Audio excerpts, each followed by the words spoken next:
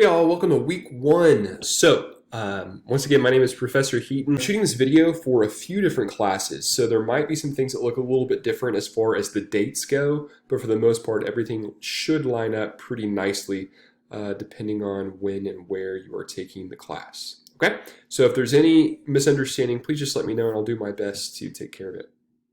Okay, so in order to get started each week after you read the announcements that I send out, what you'll do is you'll click on Lessons. And then once you're in Lessons, you should see the overview of how everything is going to work. So obviously we have the class organized into different weeks. So what you'll do is you'll click on week one, which is our unit over class, which runs from, well, depending on which class you're in. This one for this video is June 2nd through the 7th. So I'll click on that and you'll get a bunch of resources. So I try to make sure that there's as little on this as possible. I know that you're thinking, liar. So for this unit, you'll investigate the role of social class in America by reading short fiction, poetry, and an article, in addition to a few videos providing important background and context. For your assignment, you'll synthesize all the unit's readings and resources and make your own argument about social class. Please make sure to explore the intro, text, and resources, I'll fix that, before beginning the assignment due on Sunday at 11:59 p.m. Okay, so generally the way everything is going to work is I'm going to give you all the resources at the beginning of the week, which is almost always going to be a Monday, except for the start of class, which is a Tuesday, and you have until the end of that week. For most weeks, that'll be Sunday by 11:59 p.m. to get everything finished. Okay? All right, so the first thing you're going to do is you're going to watch these three videos. So these are three crash course videos. You can watch them while you're snacking on some lunch. They'll go by really quickly. They're all about 10 minutes apiece. Go ahead and do that right now after this video so you feel like you're getting the ball rolling. Okay? So the first story is Puppy by George Saunders. So this is going to highlight different aspects of class insofar as that there are two characters, which is important to remember for this story. There are two characters. So if it seems like, hey, wait a second, this story seems completely different than what it did just a second ago, that's because it is. It's transitioning characters. There's a wealthy character and a character who is not as wealthy. So think about the differences that those misunderstandings that they have about each other cause and whether or not they have accurate perceptions of each other based on their social classes. Meaning, is the poorer character perceiving the wealthier character in a light that seems fair, and vice versa. So for the second story, A Good Man is Hard to Find, I want you to think specifically about how the characters perceive goodness or morality in relationship to social class. So in the eyes of these characters, how do they view poor people? How do they view wealthier people? And what does that mean? What is the relationship to goodness and social class? And do you buy into that? Okay. Next up is The Unknown Citizen by W.H. Auden, which will also kind of give you some more insight into social class. In all three of these stories, you should be able to find resource text. Okay. So you'll watch these videos, you'll read these texts, you'll read this article, Shadowy Lines That Still Divide. So it's an article that kind of analyzes social class differences in America. And that's pretty much everything in terms of social class. And from there, this is help for how to compose a body paragraph, which will help you with your assignment. So I give you a brief video on how to compose a body paragraph, and also there's a PowerPoint that gives you specific instructions in terms of how it should be functioning. If you're more, you need to like sit still and read what I'm doing as opposed to just watching me compose a body paragraph. Okay? So once you have done all those things, then you can dive into your discussion board. So this is your first assignment. So I want to remind you that this class is really compressed. There's not many assignments at all. Now what that means for you is that you have to make sure that you give a lot of effort to each assignment. So don't just, rattle something off the first day that you see all these instructions and submit. Make sure that you're thinking through them carefully, that you really are engaging with the text, that you're crafting your response, you're editing it, you're revising it, something that you're proud of before you submit, because grades are few and far between. So you want to make sure that each one of them counts. Okay? All right. So, discussion number 1, class. After reading all the texts and exploring the resources, choose one of the texts. One. So in the text, I mean these right here.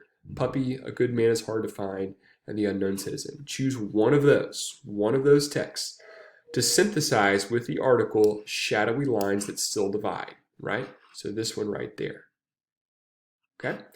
You will compose one body paragraph that articulates your analysis of the readings and your opinion of the topic in additional body paragraphs in response to the post of 2 classmates. Okay? So, when you're done with this assignment, you will have composed 3 different body paragraphs. One which is your initial post, another one that's in response to a classmate's post, and one more that's in response to a classmate's post. So 3 paragraphs in all. I'll show you where and how to do that in just a second.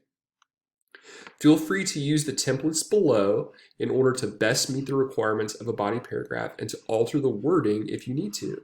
Please remember to be respectful in all of your posts. If you disagree, do so by critiquing a peer's argument as opposed to attacking a fellow classmate. And please keep that in mind. These are controversial subjects, so make sure that you are addressing their text, what they say. Don't wind up insulting someone about what you think their, I don't know, any aspect of their identity, their political beliefs, faith, whatever it may be. That's off limits. Address the ideas and not the person, if that makes sense. And the way you can do that is by making sure that you're referencing specific words that they are saying. Okay? So you'll be graded on the completion of the entire assignment. So that means that you have your initial post and 2 response posts. Please keep in mind that if you do not do all 3 of these, then it will not pop up in my Blackboard as a gradable assignment. So you might wind up getting a 0, and it's not because I think that the work that you did submit is awful. It just means that you didn't complete it. Therefore, I didn't see it. You'll also be graded on the effort given in crafting and editing your posts. This includes the attention given to effective grammar, diction, and syntax, right? So make sure that you're reading through and catching any grammar goofs, whether it's punctuation, spelling, capitalization, things like that. Diction is your word choice. Strive for effective word choice. Make sure that you're not being redundant. And syntax, make sure that your sentences flow well together, that it's a very readable passage. I don't want to be distracted by the way you're writing or your grammar. I just want to pay attention to your ideas. That should be your goal, that I'm not paying attention to your grammar because it's effective. So make sure that you have the appropriate tone in your posts. You'll be graded on that as well. I encourage you to be colloquial, meaning write like the way you talk and use turns of phrases you would in everyday life. But make sure to be respectful of each person in class. It doesn't mean you have to agree. You can disagree and disagree passionately, but do so with sound arguments and credible sources instead of emotional and personal attacks. Okay, that's the key thing. And so these are the templates that I'm talking about right here. For your initial submission, you can just copy and paste this bad boy if you want and just fill in the blanks. It's just that easy. I know that sounds ridiculous and like I'm just giving you the cookie, but basically what I want to do with these templates is I want to work out your writing muscles so you feel like you have the skills appropriate to writing academic texts. Okay, so the assigned texts this week argue that social class in America is blank. So you got to synthesize it. What are all of these texts? What are they making? What argument are they making about social class? Is it relevant? Is it irrelevant? Is it something that is oppressive to a particular group of people? Is it real? Does it matter? I mean, you got to figure it out. What is it that these texts are arguing? So the evidence is where you are backing it up. This point is made in, and then you include the title of this week's text, when, situation, and speaker. If you're confused about this right here, make sure that you watch my video on body paragraphs. I explain this a little more in detail. Says, quote, hold on a second, my kid's talking. Make sure you include a quote from the text right there, okay? You actually have to quote the text. So this is reinforced in Scott and Leonhardt's article. So this is the shadowy lines that still divide. When they state, quote one from shadowy lines. So you have to find a quote that helps elaborate on the idea that you used from your story or poem. And also when they draw attention to quote 2 from shadowy lines. You got to have 2 quotes from shadowy lines there. Analysis. These arguments are important to our understanding of class in America today because blank. Why are they important? Why do you think? This is where you're introducing your own thoughts, ideas, and opinions. My own opinion of the issue is what? What do you think of social class in America? Because blank, right? And a good rule of thumb here whenever you're writing like this is to remember that specifics stimulate and generalities bore. So if you say something like, these arguments are important to our understanding of class in America today because class is important. Yeah, that's super general, and like everyone like who disagrees with you, that's super general. So my own opinion of the issue is we should be nice and love people. Ugh, you're not saying anything, right? So be specific. What do you think about class in America, and why do you think that specifically? Can you mention specific names, specific people, specific instances, movements, eras? Own anecdotal experiences, whatever it may be. Try to be specific as opposed to general here, okay? So once again, please make sure that you look at those resources on body paragraphs. That'll help you out here. Okay, now, once you have submitted that, so that's the first part, then you can work on responding to a classmate. And once again, I'm totally fine if you want to copy and paste that. So here's how you'll get started. You'll click on discussion number 1, class. You'll click create thread. Okay, you'll click create thread, and what you'll do is you'll type your initial submission here. So you can copy and paste this down below and get rid of this topic sentence, evidence, and analysis bit, just so it looks like a clean body paragraph. Okay, so you can do it just like that.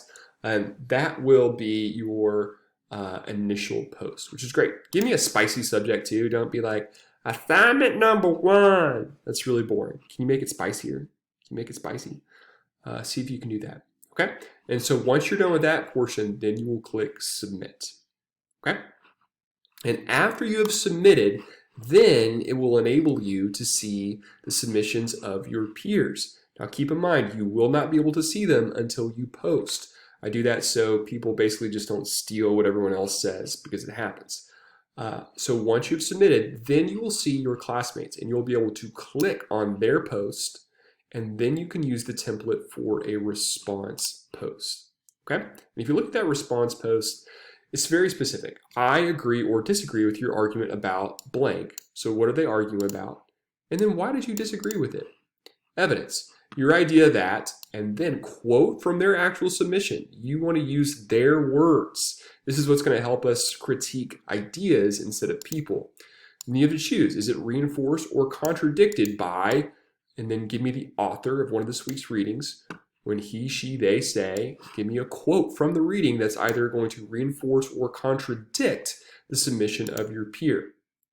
Ultimately, I think your argument is sound or flawed because it takes into account or fails to take into account that blank. What are they missing, or what are they getting right? So in regard to your argument, I think the most important thing for us to keep in mind is blank. Now, once again, with all of these templates, you can add words, change words, move them around a little bit. If it doesn't sound good to you, change it. But ultimately, these are the key things that I want you to be talking about and mentioning in your posts. Now, please keep in mind, whenever you're responding to a classmate and finding their post here that you can click on and comment, you've got to do that twice. You got to do it twice. So you'll have your initial post and then 2 comments that you'll leave on a fellow classmate's post. So overall, it's a lot of work. You got 3 body paragraphs to write this week that you're crafting and editing and working really hard to make sure that they're in shipshape. Okay? All right, so do all of that before 11:59 p.m. on Sunday, and you're going to be ready for week 2, because we've only got like 4.5 weeks in this class. We got to knock it out fast. All right, y'all are awesome humans. Please contact me if you need help.